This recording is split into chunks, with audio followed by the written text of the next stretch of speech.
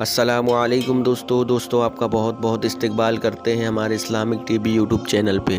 دوستو آج ہم بات کرنے والے ہیں کہ بیوی سے ہم مستری کرنے کا اور سہاگرات منانے کا اسلامک طریقہ کیا ہے۔ تو دوستو چلیے ویڈیو شروع کرتے ہیں۔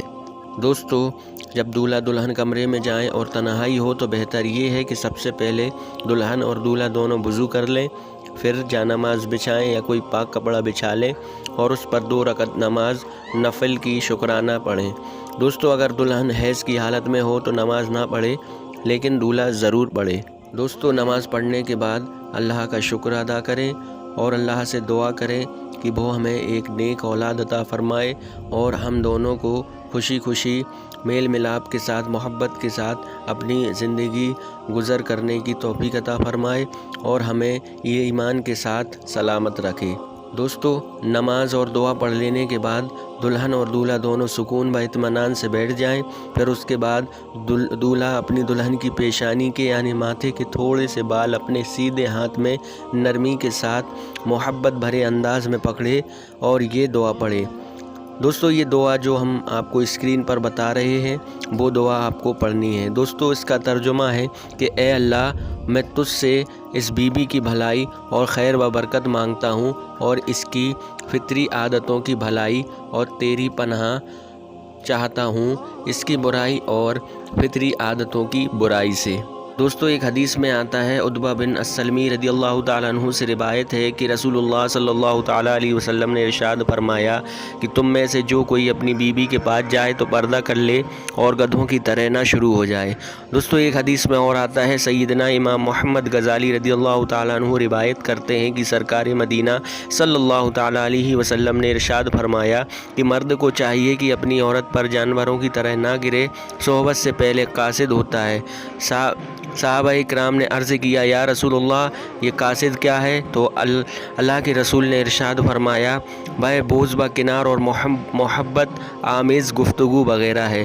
دوستو ایک حدیث میں اور آتا ہے، ام المومنین حضرت عائشہ صدیقہ رضی اللہ تعالیٰ عنہ سے مروی ہے کہ رسول اللہ صلی اللہ تعالیٰ علیہ وسلم نے ارشاد فرمایا، جو مرد اپنی بیوی کا ہاتھ اس کو بہلانے کے لیے پکڑتا ہے اللہ تبارک و تعالیٰ اس کے لیے ایک نیکی لکھ دیتا ہے۔ جب مرد محبت سے عورت کے گلے میں ہاتھ ڈالتا ہے اس کے حق میں 10 نیکیاں لکھ دی جاتی ہیں، اور جب عورت سے جماع کرتا ہے تو دنیا با مافیہ سے بہتر ہو جاتا ہے۔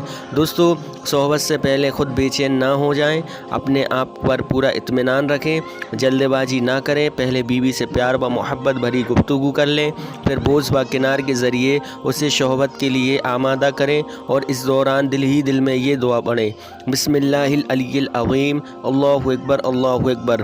دوستو اس کا ترجمہ ہے کہ اللہ کے نام سے جو بزرگ برتر عظمت بالا ہے، اللہ بہت بڑا ہے، اللہ بہت بڑا ہے۔ دوستو اس کے بعد جب مرد عورت صحبت کا ارادہ کر لیں تو برہنہ ہونے سے قبل ایک مرتبہ سورہ اخلاص ضرور پڑھ لیں، قل هو اللہ احد اللہ الصمد لم یلد ولم یولد ولم یکن لہ کفوا احد۔ دوستو سورہ اخلاص پڑھنے کے بعد دل ہی دل میں یہ دعا پڑھ لیں۔ دوستو جو دعا ہم آپ کو اسکرین پر دکھا رہے ہیں وہ دعا پڑھنا ہے۔ دوستو اس کا ترجمہ ہے کہ اللہ کے نام سے اے اللہ دور کر ہم سے شیطان مردود کو اور دور کر شیطان مردود کو اس اولاد سے جو تو ہمیں عطا کرے۔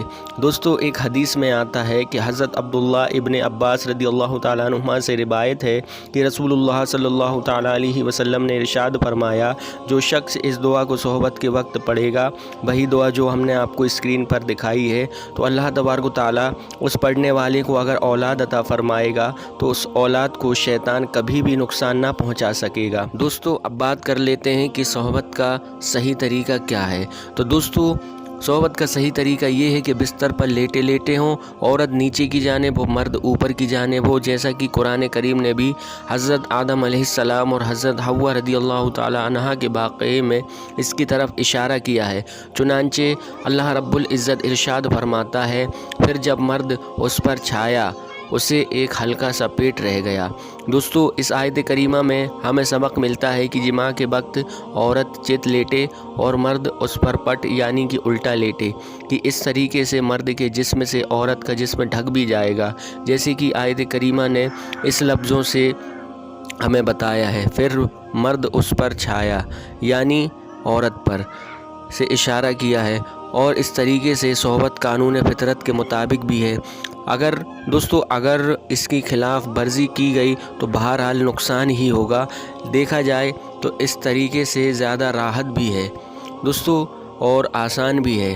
عورت کو اس سے مشقت بھی نہیں ہوتی، اور مرد کی منی کا آسانی سے خروج ہو کر عورت کی فرج میں دخول بھی ہو جاتا ہے، اور استقرار حمل جلد قرار پا جاتا ہے۔ دوستو، حکیم ابو علی سینا جو اپنے زمانے کے ایک بہت ہی مشہور حکیم گزرے ہیں، انہوں نے لکھا ہے کہ اگر عورت اوپر اور مرد نیچے کی طرف ہو تو اس صورت میں مرد کی کچھ منی اس کے عضو میں باقی رہ جاتی ہے اور اس سے تعفن پیدا کرتی ہے، اور پھر بعد میں تکلیف و اذیت کا باعث بنتی ہے۔ تو دوستو، یہ تھا اسلامک طریقہ فرسٹ نائٹ کا۔ تو امید کرتا ہوں آپ کو ویڈیو پسند آئی ہوگی۔ ویڈیو اچھی لگی ہو تو لائک کیجیے گا، شیئر کیجیے، ساتھ ہی ہمارے چینل کو سبسکرائب کیجیے گا۔